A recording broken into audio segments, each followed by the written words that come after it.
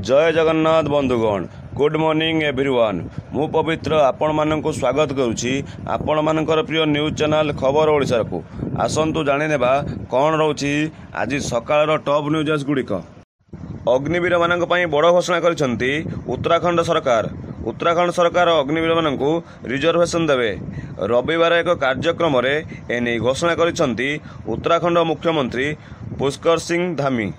से कहिसंती राज्यर अग्निवीर कर्मचारी को सरकारी विभाग में नियुक्ति दिया बोली निष्पत्ति नहीं सरकार। मुख्यमंत्री धामी कहिसंती सरकार अग्निवीर मानकु रिजर्वेशन देवा सहित आवश्यक पड़िले एने आईन रे मध्य संशोधन करा जिवो। परवर्ती अपडेट होउछि जियो एवं एयरटेल को कड़ा टेक्कर देव बीएसएनएल टाटा सहित मिसी 4G नेटवर्क सेवा जोगाई देव। जहाँ सूचना रही प्राय 1000 गाँव को यही सेवा जोगाई देव बीएसएनएल। घरोई कंपनी गुड़िक मोनोपोली चलाई बेले बीएसएनएल लोकमानक पई संजीवनी भरी काम करियो बोली सूचना रही।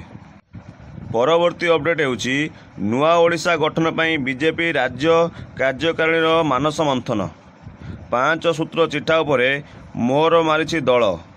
ओडिशा अस्मितार सुरक्षा सहित ओडिशा भाषार प्रचार प्रसार नहीं कार्य करिबो दल। एने सूचना दैछंती बालेश्वर सांसद प्रताप षडंगी। सांसद षडंगी कहिसंती निर्वाचन प्रतिश्रुति उपरे काम करुछंती सरकार बोली सूचना रहुछि। राज्य रे आरंभ हेबाकु जाउछि एक नुआ योजना।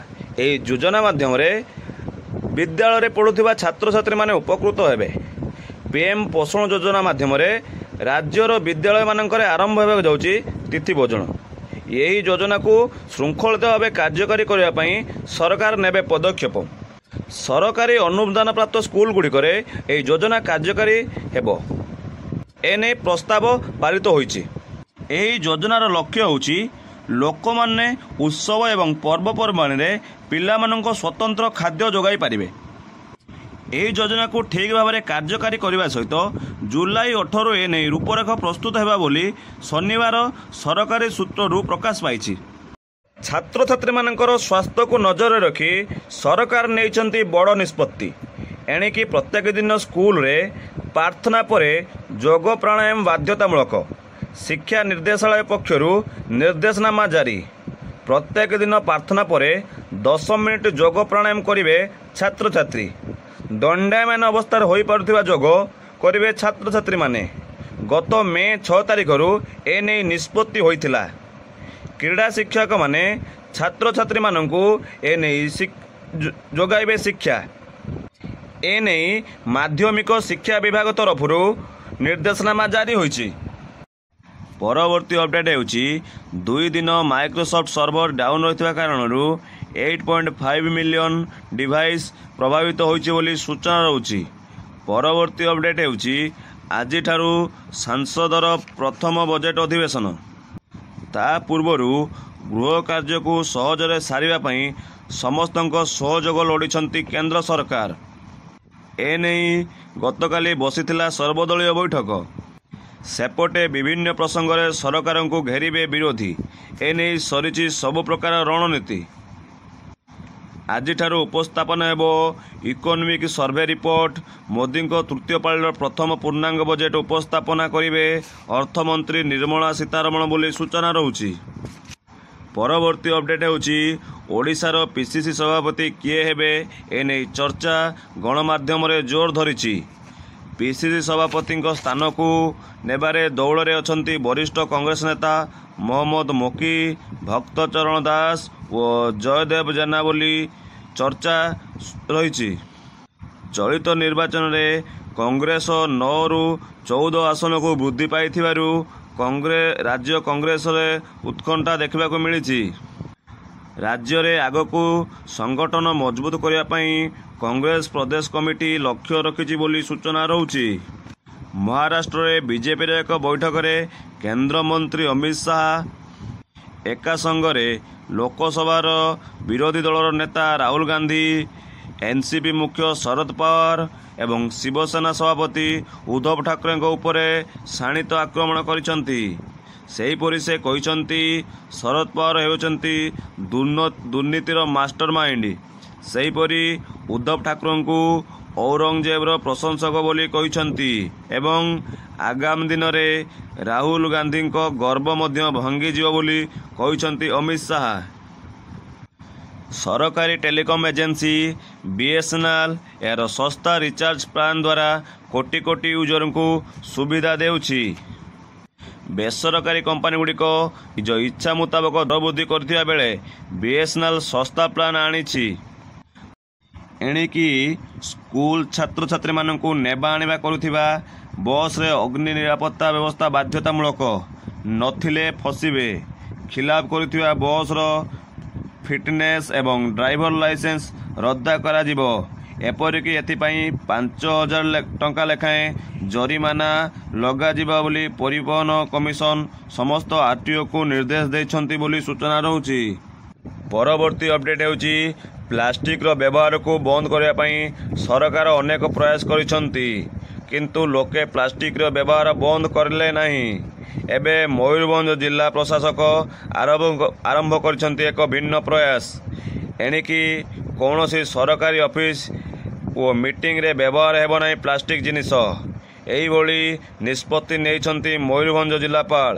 ମୟୂରଭଞ୍ଜ ଜିଲ୍ଲାପାଳଙ୍କ ପ୍ଲାଷ୍ଟିକ ମୁକ୍ତ କରିବା ପାଇଁ, ପରିବେଶକୁ ସ୍ୱଚ୍ଛ କରିବା ପାଇଁ ଜିଲ୍ଲାପାଳ ନେଇଛନ୍ତି ଏମିତି ପଦକ୍ଷେପ ବୋଲି ସୂଚନା ରହୁଛି। ପରବର୍ତ୍ତୀ ଅପଡେଟ୍ ହେଉଛି ଆଜି ବସିବ ସଂସଦର ବଜେଟ୍ ଅଧିବେଶନ। ଏହା ପୂର୍ବରୁ ପ୍ରତିରକ୍ଷା ମନ୍ତ୍ରୀ ରାଜନାଥ ସିଂଙ୍କ ଅଧ୍ୟକ୍ଷତାରେ ଅନୁଷ୍ଠିତ ହୋଇଥିଲା ସର୍ବଦଳୀୟ ବୈଠକ। ଏହି ବୈଠକରେ ବିଜେଡିର ରାଜ୍ୟସଭା ନେତା ସସ୍ମିତ ପାତ୍ର ଓଡ଼ିଶାର ସ୍ୱତନ୍ତ୍ର ପାହ୍ୟା ପ୍ରଦାନ ପ୍ରସଙ୍ଗକୁ ଦୃଢ଼ ଭାବରେ ଉଠାଇଛନ୍ତି। ଡକ୍ଟର ସସ୍ମିତ ପାତ୍ର କହିଛନ୍ତି, ଗତ 20 ବର୍ଷ ହେଲା ଓଡ଼ିଶାକୁ ସ୍ୱତନ୍ତ୍ର ପାହ୍ୟା ଦାବି ହୋଇଆସୁଛି, କିନ୍ତୁ ଏନେଇ କେନ୍ଦ୍ର ସରକାର କୌଣସି ପଦକ୍ଷେପ ନେଉନାହାନ୍ତି ବୋଲି ସୂଚନା ରହୁଛି। ପରବର୍ତ୍ତୀ ଅପଡେଟ୍ ହେଉଛି ହୀରାକୁଦ ଜଳଭଣ୍ଡାର ସ୍ଥିତି ସଙ୍ଗୀନ। ଗତ ବର୍ଷ ମୌସୁମୀ ଜନିତ ବର୍ଷା ଠିକ୍ଠାକ୍ ହୋଇଥିବା ବେଳେ ଚଳିତ ବର୍ଷ ମୌସୁମୀ ଧୋକା ଦେଇଛି। କେବଳ ଓଡ଼ିଶାରେ ନୁହେଁ, ମହାନଦୀର ଉପର ଅବବାହିକାରେ ବି ନିଅଣ୍ଟିଆ ବର୍ଷାର ପ୍ରଭାବ କମିଥିବାରୁ ଏହାର ପ୍ରଭାବ ପଡ଼ିଛି ହୀରାକୁଦ ବନ୍ଧ ଉପରେ। ଗତ ବର୍ଷ ତୁଳନାରେ ଚଳିତ ବର୍ଷ କମିଛି ହୀରାକୁଦ ଜଳଭଣ୍ଡାରର ଜଳ। ପ୍ରାୟ 13.65 ଫୁଟ କମ୍ ପାଣି ରହିଥିବାର ଦେଖିବାକୁ ମିଳୁଛି। ପରବର୍ତ୍ତୀ ଅପଡେଟ୍ ହେଉଛି କଟକ ଏସ୍ସିବିରେ ଅନେକ ଅବ୍ୟବସ୍ଥା ରହିଛି। ବିଭିନ୍ନ ପରୀକ୍ଷା ପାଇଁ ଲୋକମାନେ ଏଠାକୁ ଆସି ନାହିଁ ନଥିବା ଅସୁବିଧାର ସମ୍ମୁଖୀନ ହେଉଛନ୍ତି। ସବୁଠାରୁ ବଡ଼ କଥା ହେଲା ମେଡିକାଲ ଶବ ବ୍ୟବଚ୍ଛେଦ ଗୃହ ଆଗରେ 2ଟି ଶବ ଷ୍ଟ୍ରେଚରରେ ପଡ଼ି ରହିଥିବାର ଦେଖିବାକୁ ମିଳୁଛି। ଏହା ସହିତ 1 ଘଣ୍ଟାରୁ ଅଧିକ ସମୟ ଧରି ଏହି ଶବ 2ଟି ବର୍ଷାରେ ଭିଜିଛି ବୋଲି ସୂଚନା ମିଳୁଛି। ପରବର୍ତ୍ତୀ ଅପଡେଟ୍ ହେଉଛି ନଦୀକୁ ଗାଧୋଇ ଯାଇ ବହୁ ଦୂରକୁ ଭାସିଗଲେ ମହିଳାଙ୍କ ଚିତ୍କାର ଶୁଣି ପାଖ ବିଲରେ କାମ କରୁଥିବା ଚାଷୀମାନେ ଅଗ୍ନିଶମ ବିଭାଗକୁ ଜଣାଇଥିଲେ। ଅଗ୍ନିଶମ ବିଭାଗର ଯବାନମାନେ ମହିଳାଙ୍କୁ ସୁରକ୍ଷିତ ଭାବରେ ଉଦ୍ଧାର କରିଛନ୍ତି। ଏବେ ମହିଳା ଜଣକ ସୁସ୍ଥ ଅଛନ୍ତି ବୋଲି ସୂଚନା ମିଳିଛି। ପରବର୍ତ୍ତୀ ଅପଡେଟ୍ ହେଉଛି ସରକାରଙ୍କର ମାଳ ଯୋଜନା ଭିତରେ ଗାଁକୁ ନାହିଁ ଖଣ୍ଡେ ଭଲ ପକ୍କା ସଡ଼କ। ଯେମିତିକି ଗାଁଟି ବାହ୍ୟ ଜଗତରୁ ବିଚ୍ଛିନ୍ନ ହୋଇଛି, ଫଳରେ ଗାଁ ଭିତରକୁ ପଶି ପାରିଲା ନାହିଁ ଆମ୍ବୁଲାନ୍ସ। ଷ୍ଟ୍ରେଚରରେ ଜଣେ ଗର୍ଭବତୀ ମହିଳାଙ୍କୁ ବୋହି ନେଲେ। ଏହିପରି ଅଭାବନୀୟ ଦୃଶ୍ୟ ଦେଖିବାକୁ ମିଳିଛି ଦଶପଲ୍ଲା ବ୍ଲକ ଟିକେରି ପଞ୍ଚାୟତରେ। ଏହି ପଞ୍ଚାୟତର ଗୋପାଳପୁର ମଠସାହିକୁ ନାହିଁ ଖଣ୍ଡିଏ ପକ୍କା ସଡ଼କ, ଫଳରେ ଲୋକମାନେ ବର୍ଷା ଦିନରେ ନାହିଁ ନଥିବା ଅସୁବିଧାର ସମ୍ମୁଖୀନ ହେଉଛନ୍ତି ବୋଲି ସୂଚନା ରହିଛି।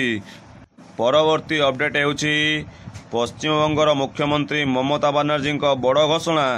ବାଂଲାଦେଶ ଶରଣାର୍ଥୀଙ୍କ ପାଇଁ ଖୋଲିବ ବେଙ୍ଗଲ କବାଟ। ଘଟଣା ମୁତାବକ ବାଂଲାଦେଶର ସଂରକ୍ଷଣକୁ ବିରୋଧ କରି ଆନ୍ଦୋଳନ ଜାରି ରହିଛି। ଏହି ଆନ୍ଦୋଳନରେ ଚାଲି ଯାଇଛି 130ରୁ ଅଧିକ ଜୀବନ। ଏହାରି ଭିତରେ ମମତା ବାନାର୍ଜୀଙ୍କ ବୟାନ ସମ୍ମୁଖକୁ ଆସିଛି। ମମତା ବାନାର୍ଜୀ କହିଛନ୍ତି, ଯଦି କେହି ଶରଣାର୍ଥୀ ପଶ୍ଚିମବଙ୍ଗର କବାଟ ବାଡ଼ାଏ ତେବେ ତାକୁ ଶରଣ ଦିଆଯିବ ବୋଲି ସୂଚନା ରହୁଛି। ଯଦି ଆପଣଙ୍କୁ ଭିଡ଼ିଓଟି ଭଲ ଲାଗିଥାଏ ତେବେ ଭିଡ଼ିଓଟି ଲାଇକ୍ କରନ୍ତୁ, ସେୟାର କରନ୍ତୁ ଏବଂ ସବସ୍କ୍ରାଇବ୍ କରିନିଅନ୍ତୁ, ଯାହାଫଳରେ ଯାହା ବି ଲେଟେଷ୍ଟ ଅପଡେଟ୍ ଆସିବ ସର୍ବପ୍ରଥମେ ଆପଣ ହିଁ ଦେଖିପାରିବେ।